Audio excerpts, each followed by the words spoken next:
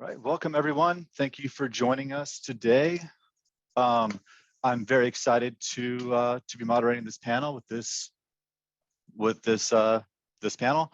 A few housekeeping announcements before we start. You'll receive your MCLE certificate shortly after the program. Your certificate will also be stored in the BHBA Plus, our members only community. Please take a moment to complete the survey. It helps us out. We appreciate the feedback. This program will also be available recorded in a couple of days on BHBA On Demand, BHBA's newest member benefit, presented by Lawyers Mutual Insurance Company. And now on to our program.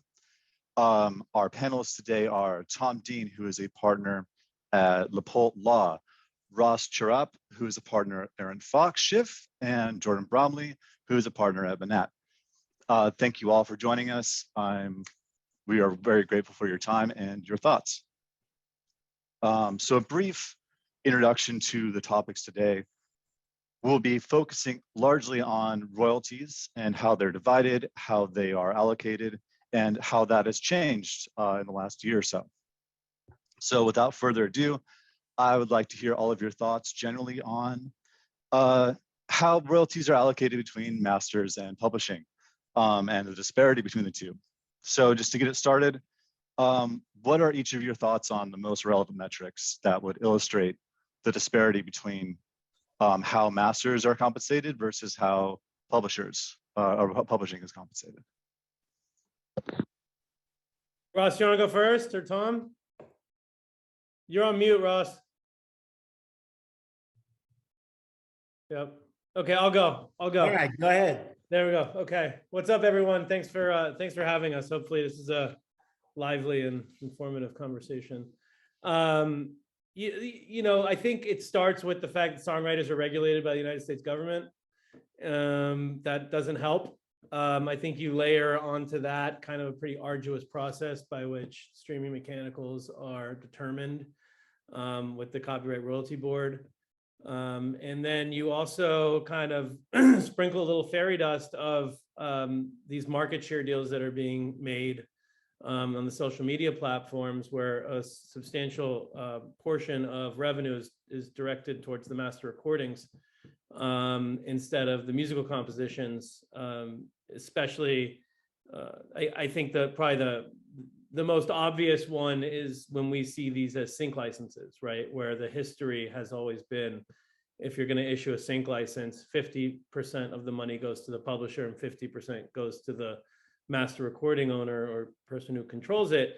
But we're seeing a lot of platforms on social media with sync license rights, with the majority of revenues still going to the label. So it's starting to carve away on a market share basis as well on songwriters, which you guys can chime in what you see, but what we are starting to see is it's very, very difficult to make a living in America, even as a hit songwriter.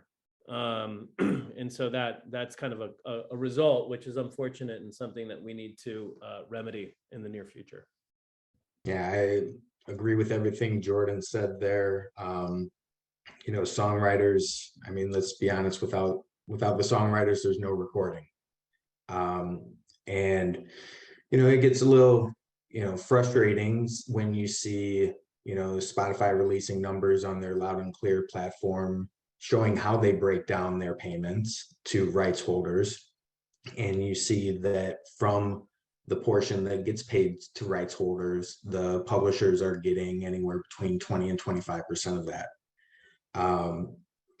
You know, so, you know, we see gradual increase, I think, year in, year out, you know, the CRB proceedings where mechanical royalties are being increased, but they're just small steps. To Jordan's point, yeah, until, I mean, frankly, to take a very aggressive stance, I guess, until the point where songwriters are able to negotiate in a free market. I mean, I think we'll be hard pressed to see that disparity gap really narrow.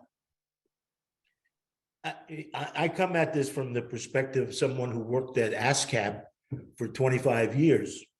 And so as a songwriter, publisher, advocate, I was always shocked when the recording company would say to me, you know, this recording is world famous. I represent the Yip Harburg family, and Yip co-wrote the Wizard of Oz score, including probably one of the top songs ever written, Over the Rainbow. And people touting the Judy Garland recording, which is wonderful. No one's knocking Judy Garland, but I would always say, if I have a great song like Over the Rainbow, I can get 1,000 recordings. And I think these days, at least in the world of the Wizard of Oz, is the Hawaiian singer with the ukulele. His version was more current and more together than any other recording we've heard. I've heard Mandy Patinkin sing it. I've heard lots of people sing it, but the labels are still stuck in the mode of, obviously the recording is what carries the most value here, and we have to persuade those parties that are paying. We are seeing, as Tom said, some increases in the shares of streaming money that are going to the writers. Well, I shouldn't say that. Streaming monies that should go to the writers, but haven't for some various reasons. We can touch on that later. But I think we are seeing some improvement. But until the labels acknowledge that, oh yeah, that song that we are using is as valuable as any recording we have, which it's not too easy to get that done. We need to talk to the RIAA about that, right? That's the next panel. Have them on here with us, and we'll see who wins the most convincing. Or they always say we're spending all the money on the recording studios, we're spending all the money on the artists and all the promotion and blah blah blah. So what? So what? You're the one who's making money hand over fist. And there's no justification for it that I can see. Thank you all. I want to dig a little bit deeper into, Jordan, you touched on the market share agreements and how this disparity has kind of translated to the social media, or generally to how listening habits have changed, or how consumer habits have changed with regard to music. Could you talk a little bit more on how those kind of unfolded, and how the master side still seem to take a larger share? Well, yeah, I mean, it's no secret that the major music conglomerates are both labels and publishers. And so if you're just looking at a balance sheet, and that if you bring in $100 and you have to pay out 75 of it on one hand, and on the other, if you bring in $100 and you have to pay out 20 of it on the other to content or talent, you're going to try and push as much to the area where you keep as much profit as possible. So there's been there's just kind of, the market has formed around that for now. I think that there is a conversation to be had about that. I think there's also a conversation to be had about a direct payment to the creators in these social media deals, because the revenue that comes in, it's mid 9 figures if you take it across the 100% of the market and a year. And we don't have a client that has celebrated the fact that they got their TikTok payment. It doesn't move the needle at all as it trickles down the Plinko machine from the aggregator down to the actual artist royalty or writer royalty. And we've looked at the statements and we verified that the accounting method is accurate, that it has been paid through, that it's accurate as had been told it as to how it was conceived and followed through. And we could talk more about that, but it really works for the aggregators of content, and it doesn't work for the creators of content. And there needs to be some sort of conversation of how we balance that out so that we can have a middle class for music in the United States.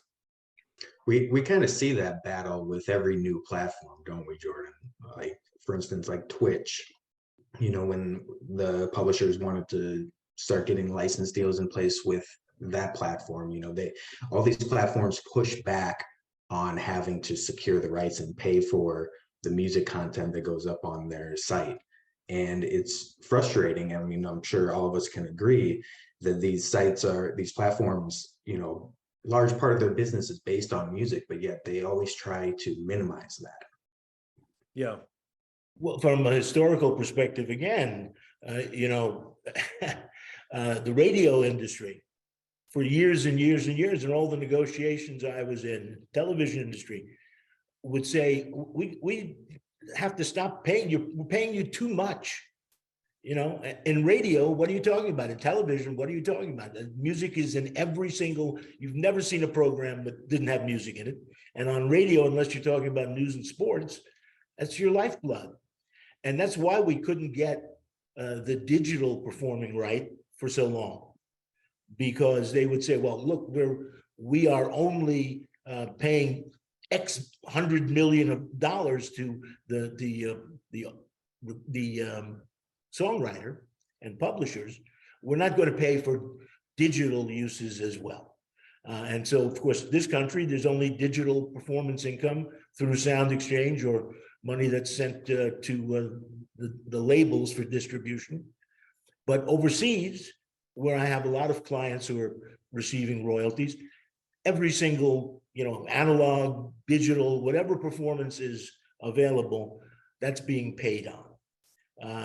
And it's kind of a tragedy that people are still wedded to the idea that without the recording, again, I'm going to repeat myself, but I've heard it so many times, that the recording is more valuable than the song. It just isn't, can't be.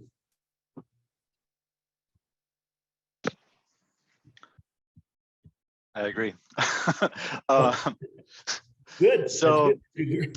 I mean, I think we've talked a good amount already on the root of the disparity.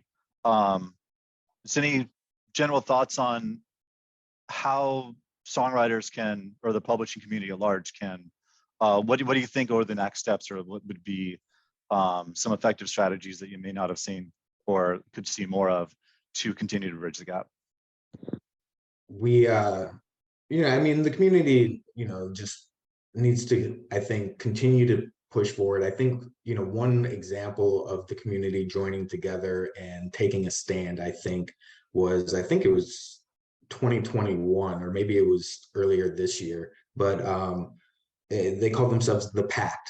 It was songwriters who kind of joined together to say, we're not going to write songs with artists who don't contribute to the composition, but still demand a piece of the publishing, which became common practice, where you have, the big pop star, the face of the song, who does, they don't write the composition, they don't contribute anything, but yet in order, they find a song that they want to record, but if they're going to record it, and if they're going to make an opportunity for the songwriters, they want a piece of the publishing. And that's really unfortunate for the songwriters who, as we've already discussed, they don't make very much off of the composition. Now to be forced to reduce that share in favor of the artist, just so they have the opportunity to make some money off of their composition. It was nice to see a bunch of these songwriters just put their foot down and say, we're not going to do this anymore, and call out certain artists who were doing it. Yeah, I think it's hand-to-hand combat, right? As Tom mentioned, and it's also advocacy. And songwriters are still regulated, and that they shouldn't be. So I think there needs to be some dismantling of that kind of regulatory regime, and that takes a long time. But it's something that folks should focus on, where people have market power, where they can make an agreement and aren't bound to a copyright royalty judge's decision. They should try harder. They should push harder. That's the only way you get rates up. I don't see, look, the other issue is there's only so much in the pie. So I understand the DSPs saying our content costs are crushing us. I mean, 75% of what we bring in, we pay out without deduction. There is a limit to that, to what folks can pay out. So I get the frustration on all levels. I will say, just going back to the social media deals for a second, is this is a revenue stream that didn't exist 10 years ago. And it's substantial. So it's nice to see that the internet is embracing a licensing regime. That's a big deal. That is a big fucking deal. It is. And not hiding behind safe harbor where maybe they could if they wanted to. So we're making moves in the right direction. And I think, advocates like the ones on this call, on this panel and those listening in, it's incumbent on all of us to continue that hand-to-hand combat where we can and keep kind of edging it up slowly but surely. My team and I, we are always trying to push. Once we get, we recapture rights. Once you have termination and you have at least US control of the copyright in a song, you can push things a little bit harder because things can't be done without you. Even if you only own half the song, in one particular case I'm thinking of, my client owns the instrumental, which is world famous. The lyric is less famous, but obviously we have to deal with the other party that owns the lyric. But we push to increase the amount of money that is flowing to the writer and to the writer's publishing company whenever we get a song back. I'm identified as someone who, is involved with the classics, and I'm talking about 30s, 40s, 50s, and 60s. But it's the same thing with the songs that we're recapturing for the 70s and the 80s and the 90s. Not quite the 90s just yet, but soon. But that's one place where we can exert more pressure, upward pressure on what the songwriter is going to get and even what the publisher is going to get. The problem that we have, as I'm sure Jordan can assert and affirm, is that publishers and writers are not always the best mates. Let's put it that way. And publishers have always, just as the record companies were insisting that you get 10% as your rate in the 80s, and now anybody who walks in gets an 18% royalty percentage.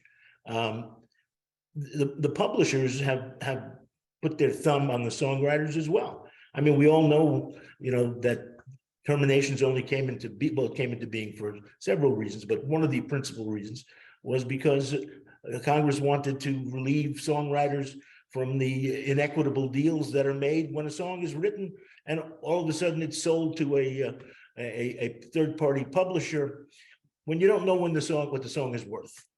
And you'll never know until it's released.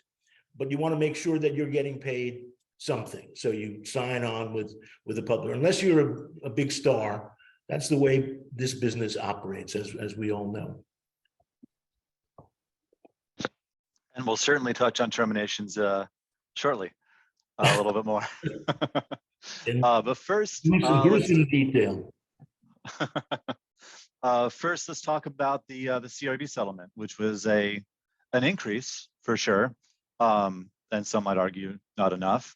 But just a quick summary is recently the mechanical rates for physical went from 9.1 cents to 12 cents.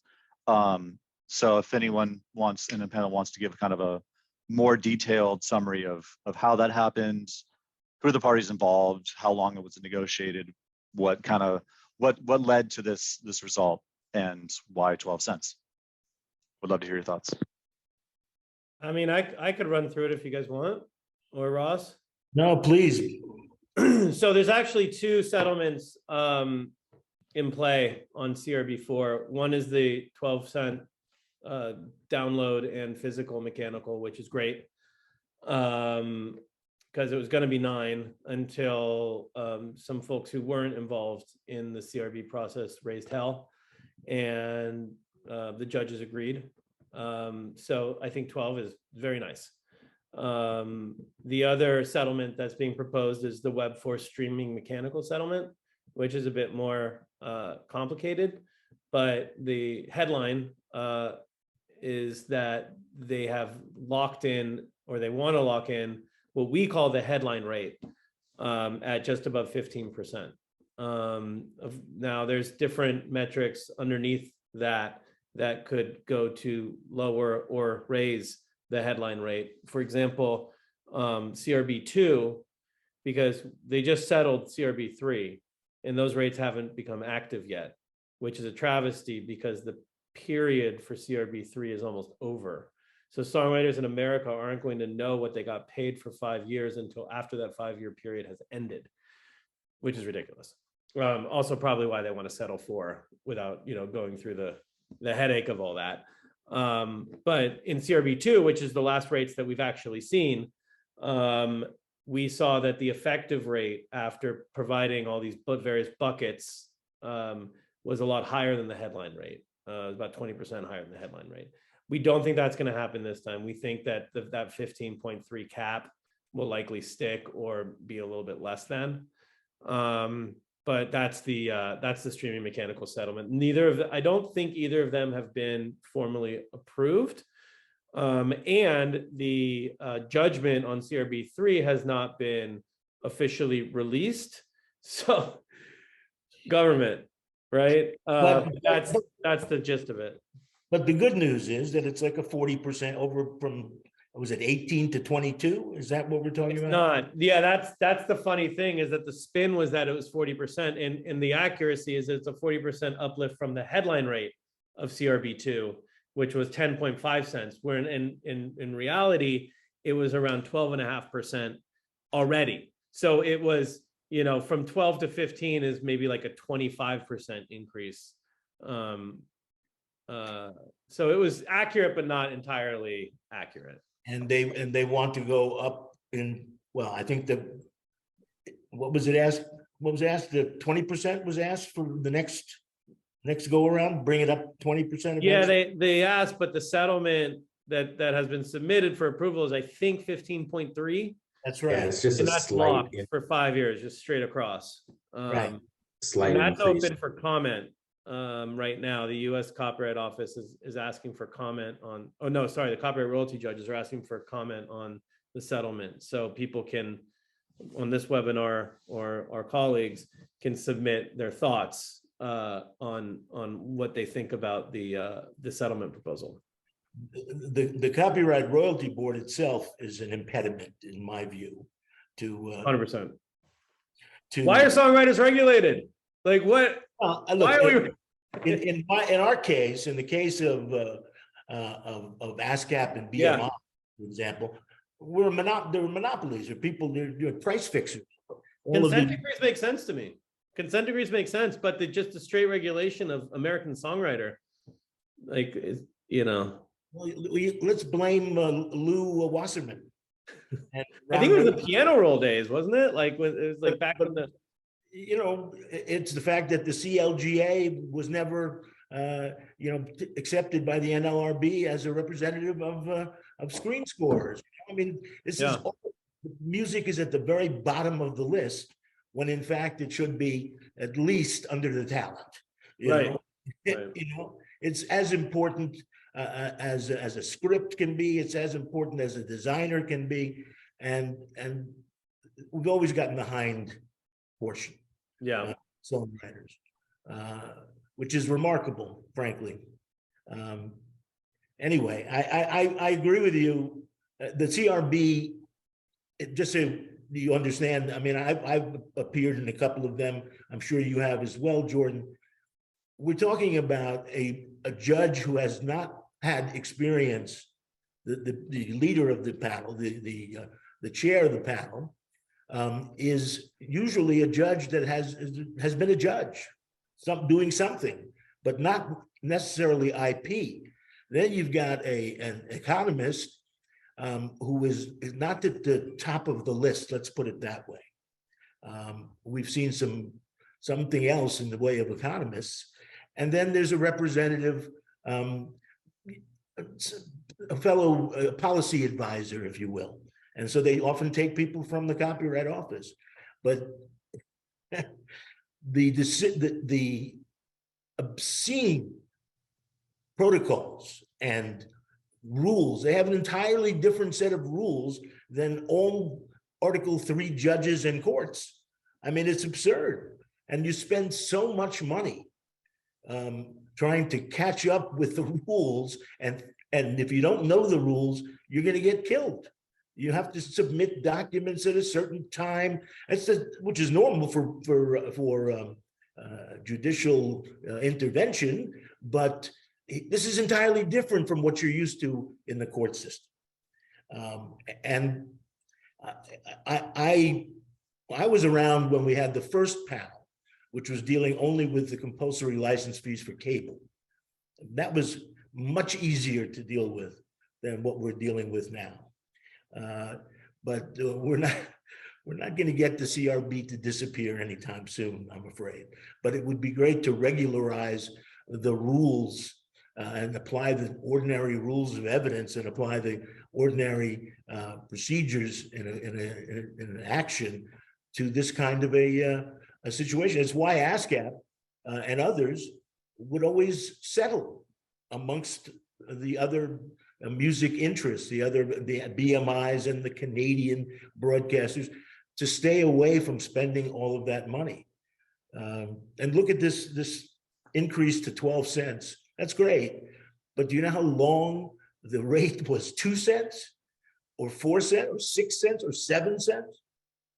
There was a time where I think it was the last CRB proceeding where the publishers were trying to get an increase off the 9.1 cents, and all they got was it stayed at 9.1 cents. And it cost millions and millions of dollars for that proceeding to take place. And we didn't even get a COLA. It's quite remarkable how inefficient the CRB is. And I hope that I'm not going to be attacked by representatives of the CRB unless they're also Russian agents, but it's bizarre how that played out. Yeah, I thought it was interesting in that, first, Jordan, you touched on it briefly, the initial settlement was that the rates just stay the same for physical and digital downloads. Hats off to whoever complained, and the copyright judges for, withdrawing that motion. But I kind of felt, and I would love to get Ross, Jordan, your opinion on this, but I kind of felt like it was still a very bare minimum type settlement. Because copyright judges, their reason for withdrawing the initial settlement was, they said that 16 years at the same rate is unreasonable if for no other reason like the inflation and the cost of living. And if we applied that cost of living increase to the mechanical rate, then from the last time it was raised in 2006, then it would be 12 cents. And then the parties just say, okay, great, go back to a settlement, 12 cents it is. And every year we'll increase it based on inflation. We'll do exactly what you said, judges. And so to me, I guess in my opinion, I don't really feel like this is an increase. This is the same rate, just adjusted for inflation. That's that's kind of my feeling on it, but I'd love to get your thoughts on that as well. I think you're right, but it's a gift horse. So we can't sure. Ignore the positives. Look, it's not a sales business anymore. Everybody's renting the music. So it's not as important as it would have been when all the CDs were still being sold. I mean, I'm not saying that there aren't some hard goods being sold, and there aren't permanent downloads. My wife spends $40 a month on permanent download. Believe me, I'm aware that there are permanent. I don't know why. Since still has an MP3 player. Excuse me. Still has an MP3 player. All I can tell you is it goes up right to her phone, and it's never gone. And I said, "But honey, we have, Spotify, we have Amazon, we have Apple, we have Tidal, we have everything because this is the business I'm in." And she's still, "Oh, I love that song. I want to." But you can have it, but eventually you give up. arguing about that. And it's certainly an improvement over the time I went to speak at Cornell Law School, which is my alma mater, and the kids in the IP class just poo-pooed the whole idea of what was going on with Napster and Aimster and all of the. What's the big deal? What's the big deal? It's, shoplifting. That's the big deal. But we can't ignore the fact that at least we're finally getting I wouldn't say reasonable, but a better rate for copies than we had been getting, and streaming as well. There are other issues which we'll talk about, but I, for one, am at least pleased that we've gotten the 12 cents, and it looks like COLAs going forward, which is important. Thank you. I'd like to circle back to one point I think Jordan mentioned. You said you agree with consent decrees, but not with the royalty board. Just for our listeners, briefly make it that distinction. I assume. Yeah, I mean, I think so. The consent decrees are agreements that ASCAP and BMI are in with the Department of Justice due to concerns that they could collude and form a monopoly without them. Every 5 or 6 years, or the last 5 or 6 years, they've looked at abolishing or changing them, and it's turned into like another shit show. And in both instances, they decided to do nothing. The Copyright Royalty Board is a function of a regulation on songwriters as it comes to mechanical royalties. So the idea is they don't want all the songwriters in America to bond together somehow and create a monopoly whereby music cannot be released. They can write all the songs and they hold the songs and mine it and keep it and hoard it and keep it in their mountain lair. And so you have to, the compulsory license is kind of the effect of that. And the compulsory license has been expanded to streaming via the MLC and the Music Modernization Act. So that's kind of how it all plays together. But what happens during CRB proceedings is that the people who are trying to keep the rate low always point back to the rates that are permitted under the consent decrees that the performing rights organizations have with the government, because there you're required to offer a quote reasonable close quote rate, whatever the hell that means. And once you have a rate set by the court, getting a lift from that, getting up, an increase from that is not easy. It's very, very hard.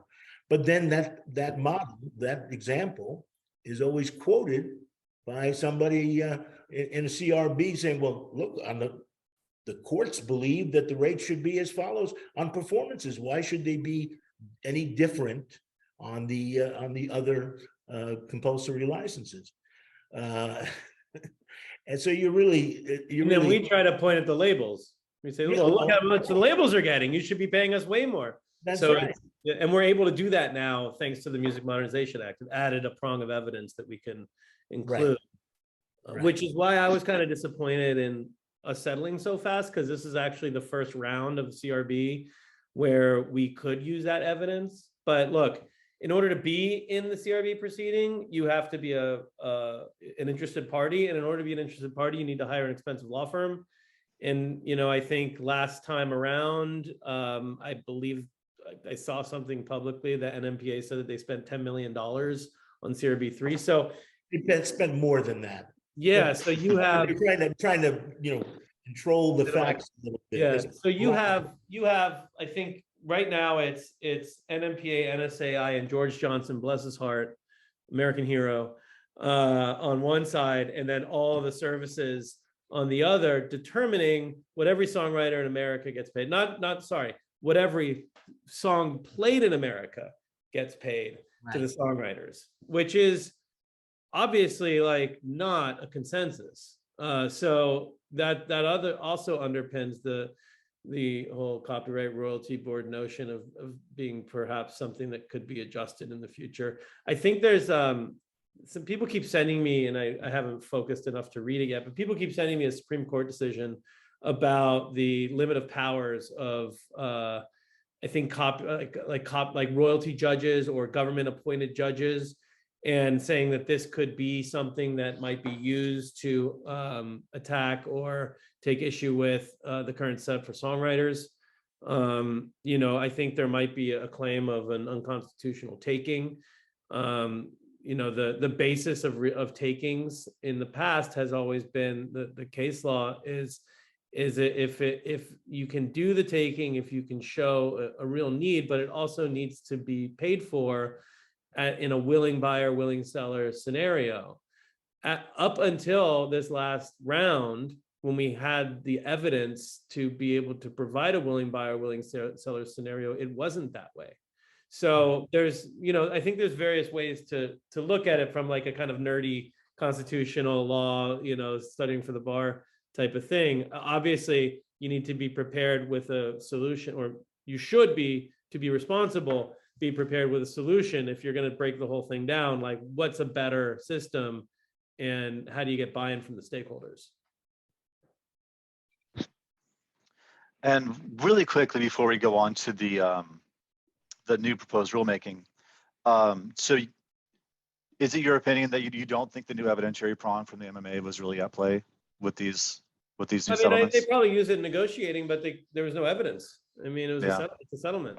I think the fear is that it would be it would end up a lot less than 15.3, assuming it's 15.3. It would end up a lot less if they did litigate it. You know, like I said, these people have spent a lot of time in this and a lot of money. So I do think that they are out. This is where all the interests are actually aligned via publisher and writer, because you know, good for goose, good for the gander, if I use that properly.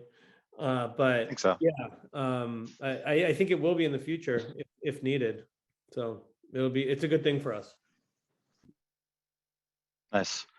Okay, so last prong of our discussion, October 25th, Copyright Office just came out with a proposed rulemaking.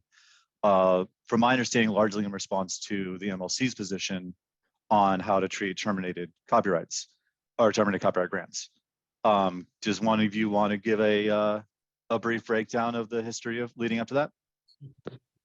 Ross, take the lead. Well, you know, I've got some kind of wild theories about how this all came about, but I'm not permitted to share at this point. Someday we'll find out. But you know, the MMA provided, everyone has agreed that it's a terrible situation, or it was a terrible situation, that individual publishers had to license individually. And it often led to unidentified performances. And right now, the MLC is sitting on $435 million worth of unidentified performances from the streaming services. And so Congress said, well, let's have one entity to do all the licensing. And the license will not be individual voluntary licenses. It will be a statutory license, a blanket license. So that if you become a member of the MLC, whether you're a songwriter or a music publisher, it means that you're no longer actually doing the licensing yourself. You know, this is not individual voluntary licensing. This is a group license for all of the compositions that are in the repertoires of the publishers who are now affiliated with the MLC. And that's a sea change from the way things were done before. And it also raised a number of very difficult issues to deal with regarding the effect of the derivative works exception and Mills Music versus Snyder on this brand new license. Please jump in and explain Mills Music versus Snyder. It's the Who's Sorry Now case, because the Snyder wrote Who's Sorry Now, and he assigned it to was it To Mills, yeah, he signed it to Mills. And then under the new termination provisions of the 76 Act, which became effective January 1, 78, his heirs, he passed, and his heirs terminated and got back the U.S. copyright in Who's Sorry Now. And they wanted to receive the mechanical license fees associated with the recordings through termination, and got to the Supreme Court, and the 5-4 majority, Justice Stevens writing the opinion, said that no, the termination does not affect the licenses, the panoply of licenses and the relationships that were established prior to termination. And they ruled that in the case of these voluntary licenses, at least, that the original publisher would continue to receive the earnings post-termination for additional copies of records using the song, and for, in terms of performance income, the audio-visual programs that had been licensed prior to termination. There was later litigation involving performing rights in the Woods v. Bourne case, but there was a dissent by 4 justices. I'm pretty sure that most copyright lawyers thought that the Supreme Court got it wrong. I mean, you're terminating and you're getting that second bite at the apple. It's not a new apple you have to nurture yourself. It's the old apple. It's just now it's yours. And so the concept of continuing to pay the prior publisher, who only bargained for 56 years at the time, right? And didn't get the extra 19 years when the 78 law went into effect. But nonetheless, this was the key issue that faces the songwriter community and the publisher community with the advent of the 2021 MLC on January 1 of that year. What's very troubling about that is Jordan was involved in the run-up to the 2021 debut, and he took part in very, very substantial rulemakings in which the MLC, which beyond my comprehension why there are 10 publishers on the board of the MLC and only 4 writers, how is that fair? But somebody got to somebody, I'm not going to cast stones, but I think we all know who used to be a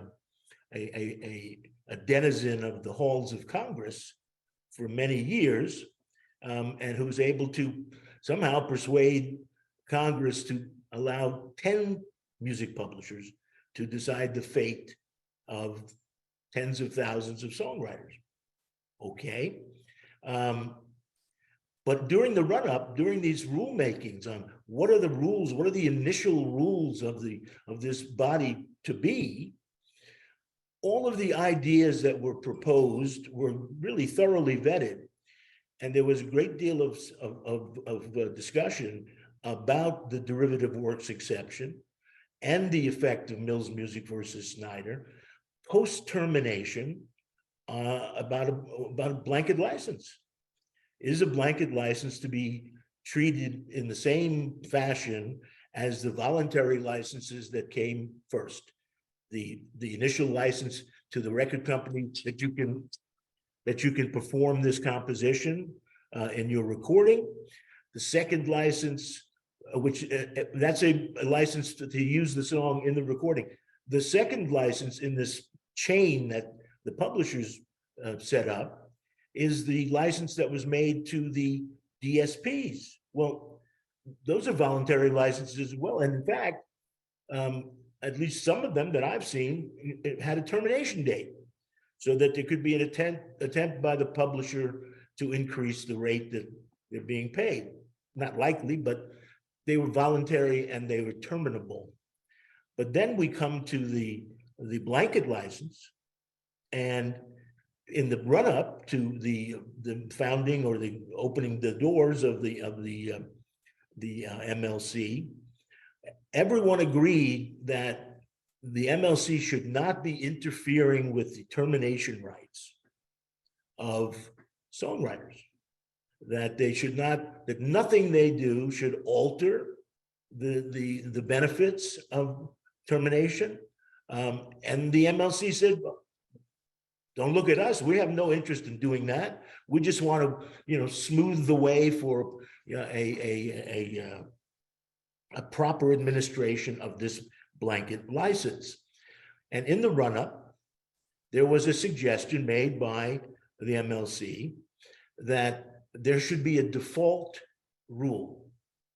Whenever there is a termination, there should be a default rule that because of the derivative works exception and because of the Mills Music versus Snyder, even though there had been there's no jurisprudence on this yet, no court has ever ruled on this, they said that they wanted to impose a default rule that if someone terminated a song, but there were those 2 prior voluntary licenses in the chain, that the third license, the blanket license, was made it a continuous 1 license across the board, which meant that under the derivative works exception and under Mills Music versus Snyder, all of the post-termination money would still go to the original publisher who no longer owned the copyright.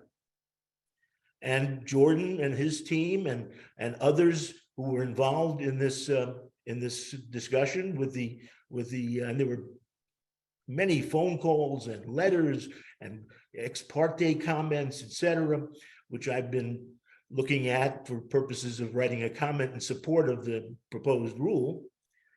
It was quite clear that everyone agreed, including the MLC, that the rights of terminating writers should not be affected by the rules of the MLC, in addition to the fact that the Copyright Office ultimately declined to approve this idea of a default rule. First of all, what are we talking about here with the MLC stepping between a claimant who's a songwriter and a claimant who's a publisher? Why is the MLC not remaining neutral? I mean, ASCAP remains neutral, BMI remains neutral, Fox remains neutral. They don't substitute their judgment for that of a court or a jury, but because they could, the MLC took the position, well, we're not going to remain neutral. And after not getting approval of this rule regarding default, in September of last year, the MLC instituted the very rule that had been denied approval. I'm constantly being peed on by people who say, I say the Copyright Office rejected the rule. And they go, they didn't reject it. They said it was colorable. So what, you're going to stiff tens of thousands of songwriters who've terminated, including the families who've terminated, on the strength of a, quote, colorable claim? They neglect to mention that, of course, that the Copyright Office said there could be many, many decisions made that are different than this default rule adopted by, that the MLC wants to adopt. But what annoyed me the most, and I'm not going to mention my clients, was that they immediately filed a claim that they were entitled to the post-term royalties. And like lickety split, there was a new rule imposed by the MLC, which was virtually identical to the rule that everyone had said, or that at least the Copyright Office has said, now this, you can't, we do not think it prudent to incentivize the MLC to establish a default rule on substantive disputes. how much clearer could they have been? Nevertheless, the MLC, with its 10 music publishers and 4 songwriters, within 8 months of opening the doors, had this policy in place. Now, they dressed it up by saying, well, we're not actually deciding who's entitled to these royalties. You're free to file a lawsuit. You're free to take action, whatever you'd like to do. But we're saying, in the absence of taking action, we're not going to hold the royalties, as was suggested by the Copyright Office, or what is done by ASCAP and BMI, for example. We're going to pay the royalties based on our understanding of existing law. We're going to pay the royalties to the original copyright publishers. Well, and they dressed it up even further by saying, and we're doing this for songwriter equities, such that there would be no, stoppage of at least a share of the post-term royalties, because money would go to the publisher, and the publisher would pay the writer whatever share the writer was entitled to under the agreement with the publisher. And I pretty much, screamed at them that, are you going to be in the counting room at the publishing house deciding who gets that money and what, and is it going to be fair? You're doing this because you're the big publishers yourselves, and the big publishers themselves are losing many, many works to termination. And this was a way to continue the flow of income to the original publishers after termination. And Jordan and I think maybe a few others approached the Copyright Office, who was unaware. Copyright Office was unaware of this new rule until we brought it to their attention. Well, I think it was like a healthy 1-2 combo, Ross. Honestly, like, you guys doing what you were doing while we were doing what we were doing really got the Copyright Office's attention. And this was a 3-year journey for us. I sit on the board of Music Artists Coalition, and Right. we were part of the first round of this server fixation date as it relates to terminations, which I didn't understand, and I still don't, frankly. Me neither. But when that was done, I just looked a little bit deeper, and I was like, wait a minute, people are talking about this Mills case and licenses in effect not transferring over to terminating songwriters. Well, isn't the blanket MLC license a license in effect that never terminates? And did we, just by virtue of creating the MLC, create a perpetual license and thereby depriving every US songwriter of their post-termination streaming mechanical royalties? Did that just fucking happen? And we just started looking into it and talking to people. And I would talk to some lawyers that I was very surprised in their position was, yeah, that's how it works. And I'm like, no, it's not how it works. That is not how it works. You do not, when a songwriter terminates, they do not get to be deprived of one of the main revenue streams of their work in the United States. So between that holy shit moment until now was, as Ross said, a lot of phone conversations, a lot of conversations with publishers who frankly were indifferent. They were like, look, we're buying catalogs, we're selling catalogs, we're bringing on these rights. Like, for us, it actually is kind of a wash. So if you guys really want to advocate for this, we're on board. And that got us, and that got NMPA on board and got a lot of action going, so that when Ross is banging down the door of the Copyright Office and they come around and they see how much progress we have, it allows them the lane to do this rulemaking. So it was really a perfect, and it's kind of cool that Ross and I are on this panel right now, 2 weeks after this proposed rulemaking. If this rulemaking goes through as proposed, it's a huge win, historic win that nobody will really know about because it's mired in this detail of termination and MLC. Exactly. It's a legacy. We gave a legacy to the songwriting community. Yeah. We saved, it is great. Hundreds of millions of dollars and a new policy. And the best thing you do as an advocate is you do the work, right? And you don't there will be no plaques for us. Nobody will even know what we did. But at the end of the day, when the kids of a hit songwriter can get their streaming mechanicals easily post termination, it's because of this moment in time and the things that a lot of people did to get us here. Exactly. So there were some serious problems with this policy, this rule. Was it vetted properly? There's a dispute resolution committee that sits below the board and is supposed to recommend changes in the policies. But in my view, the MLC did not give due process to the people who were complaining, that they pretty much rammed this through without thinking about it. There are conflicts of interest involved.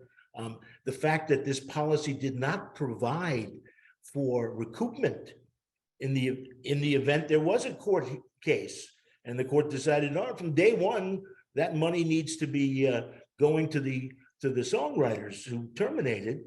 There was no provision for that in this policy. There's no provision for that when the MLC would say, well, you can still sue, and if you sue, we'll hold the royalties on your catalog.